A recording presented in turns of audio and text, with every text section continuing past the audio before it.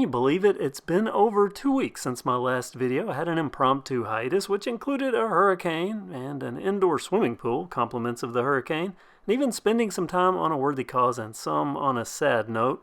But before the hiatus, I had 5 videos ready. But due to release changes, I had to re-edit those. This itself, the 5th of those 5 videos. Though I've never quit filming, I have even more content, even content for a spin-off KevCentral channel that will be coming, a sidekick of sorts. I moved this video up to number 1 because I've seen the Axum come and go from stock, so it's starting to trickle back into inventory, and I receive a question regularly: which bike of these project bikes, Project Comp V2 versus Project Axum 21, do I like best? And by project bikes, if you're new here, I mean my upgraded big box bikes. One of the staples here at KevCentral is that I take big box bikes and upgrade them. There have even been earlier versions of a Project Comp and a Project Axum based on previous releases. And then, as we know, in 2020 and 2021, Schwinn started releasing the game changer bikes. Schwinn, and then later Mongoose, bikes with better geometry, tapered head tubes, and that's where these bikes started as the new game changer big box models. And by the way, links down in the description not only to the base reviews on these bikes, but also the parts used to make both of these builds.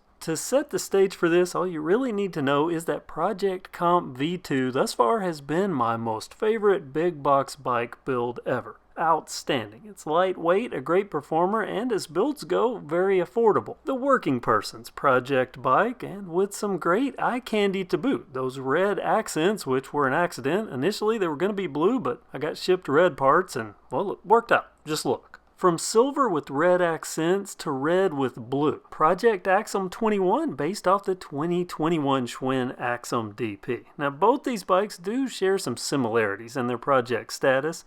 JG Bike versus IXF, kind of a wash, just like X Fusion versus Sun Tour. Very similar. They even have the same Advent X 10-speed drivetrain, sans one being a 30-tooth round and the other a 32-tooth oval. Though even with the similarities, it's the subtle changes that can start to stack up. It's like the snowball effect, where it only takes one snowball to start an avalanche. And then there are the major changes, for instance, 27.5 versus 29er. And if you watch my videos, you'll know that I'm most comfortable on 27.5, which has kept Project Comp and the Schwinn Aluminum Comp in play as one of my favorite bikes for so long. The Axum, it of course brings 29-inch wheels to the game, so clearly that's a mark against it. Or is it? Because it wasn't until I'd ridden Project Axum 21 for a week solid, and then one day went off that bike and onto Project Comp V2 for a second ride of the day that I realized Comp V2 is in trouble as far as favorite bike status. Now, quick side note, the footage you're seeing is tubed versus tubeless, which isn't fair, but over the past months I have at one point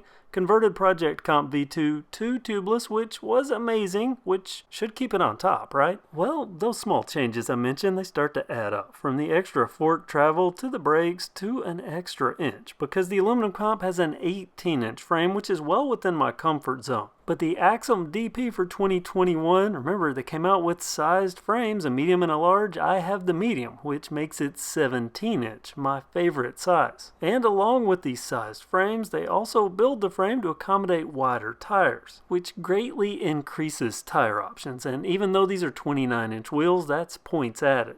A big difference though, that's when I start talking about this dropper, because we know the Axum DP includes a dropper, the regular Axum dropper ready. And yes, I could put an externally cable routed dropper on the Aluminum Comp, but that's where that extra inch on the frame factors in. Because a dropper post on an 18-inch frame, for me being 5'10", means that it's up an inch too high when the dropper is fully extended. The same dropper on a 17-inch frame, perfect fit. And you know what I'm talking about. If you've ever been on a bike with a dropper post and you had to lower it just a bit after it went all the way up, I prefer hitting the dropper remote and the seat being exactly where I want it to be every time at its full position, and that happens on Project Axum 21. That and the other incremental differences between the two builds, and that snowball becomes an avalanche, pushing Project Comp V2 off of its throne. There's just so much right with the Schwinn Axums, even out of the box. They're pretty good bikes, but upgraded, they really become stellar performers. I'm talking local bike shop caliber bikes. That's not to say that the aluminum comp, Project Comp V2, isn't still amazing, because it 100% is. And if I was looking at this on a dollar per performance metric, then the aluminum comp, Project Comp V2, would stand a greater chance and may even win out. But I'm talking in terms of I have both bikes completed, and which do I grab first when I want to go ride the trail now? And that's Project Axum 21,